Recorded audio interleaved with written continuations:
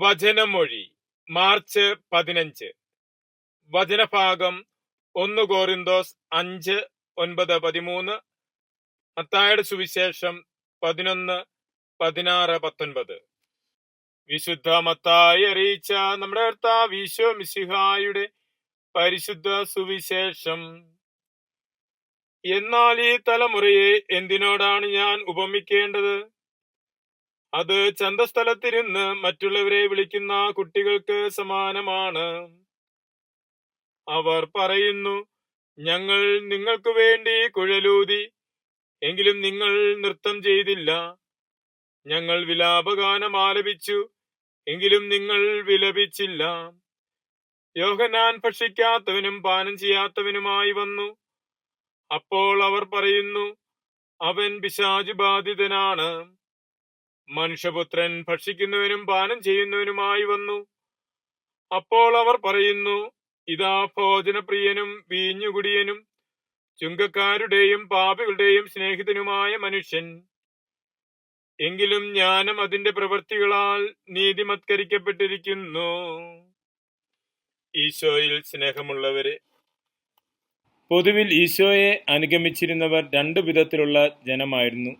ഒന്ന്, ഈശോയെ അനുഗമിച്ചിരുന്ന ശിഷ്യന്മാരും സന്തോഷപൂർവ്വം അവിടുത്തെ സ്വീകരിച്ചിരുന്നവരും.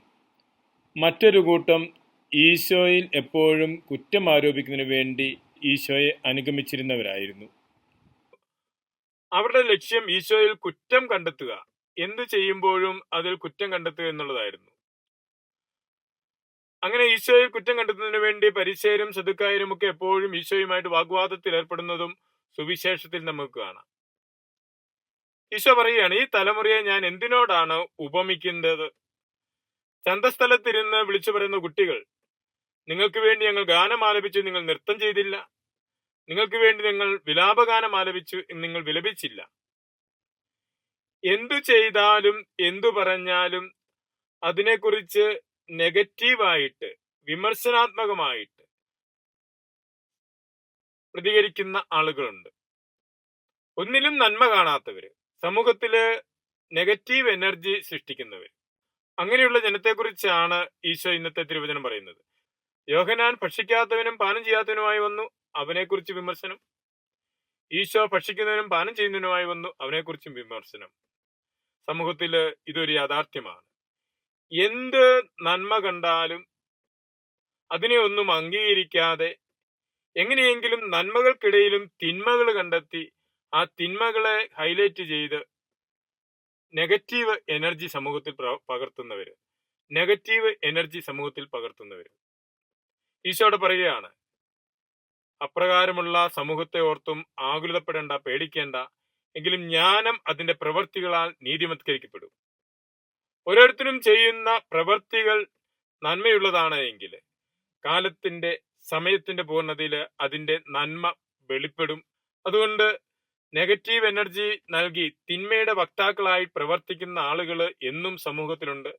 എന്തു നന്മ കണ്ടാലും അതിനെ അംഗീകരിക്കാതെ നന്മകൾക്കിടയിലും തിന്മകളെ കണ്ടെത്തി ആ തിന്മകളെ പർവ്വതീകരിച്ച്, ആ കുറവുകളെ പർവ്വതീകരിച്ച് സമൂഹത്തിൽ തിന്മയുടെ നെഗറ്റീവ് എനർജി പങ്കുവെക്കുന്നവർ. അങ്ങനെയുള്ളവരെ കുറിച്ച് ആകുലപ്പെടേണ്ട, ആ സമൂഹം എപ്പോഴും അങ്ങനെ തന്നെ ഉണ്ടായിരിക്കുമെന്ന കർത്താവ് പറയുന്നത്. അതുകൊണ്ട് അതിനെക്കുറിച്ച് ആകുലപ്പെടാതെ പ്രവൃത്തികളുമായി, നന്മയുടെ പ്രവൃത്തികളുമായി മുന്നോട്ട് പോവുക. ജ്ഞാനം അതിന്റെ പ്രവൃത്തികളാൽ നീതിമത്കരിക്കപ്പെടും. നന്മയുള്ള പ്രവൃത്തികൾ ചെയ്യുന്നവര് കാലത്തിന്റെ പൂർണ്ണതയില് അതിന്റെ നന്മ സമൂഹത്തിന് മുൻപിൽ വെളിപ്പെടും. ഒരുപക്ഷെ നന്മ പ്രവർത്തിക്കുമ്പോൾ ചുറ്റും നിന്ന് വിമർശിക്കുവാൻ, കുറ്റം പറയുവാൻ ആളുകൾ കാണും. അതിനെക്കുറിച്ച് ആകുലപ്പെടാതെ നന്മയുടെ പ്രവൃത്തികളുമായിട്ട് സമൂഹത്തിൽ നന്മ വിതയ്ക്കുന്ന വാക്കുകളും പ്രവൃത്തികളുമായിട്ട് മുന്നോട്ട് പോകുവാനാണ് ഈശോ ആഹ്വാനം ചെയ്യുന്നത്. ഇന്നത്തെ തിരുവചനം ശ്രവിക്കുമ്പോൾ നമുക്കും സമൂഹത്തിൽ പോസിറ്റീവ് എനർജി, നന്മ കണ്ട് നന്മ പറയുന്നവരാകാൻ, നന്മയോട് സഹകരിച്ച് പ്രവർത്തിക്കുന്നവരാകുവാനുള്ള കൃപ പ്രാർത്ഥിക്കാം. മിശിഹ നമ്മെ അനുഗ്രഹിക്കട്ടെ. ആമേൻ.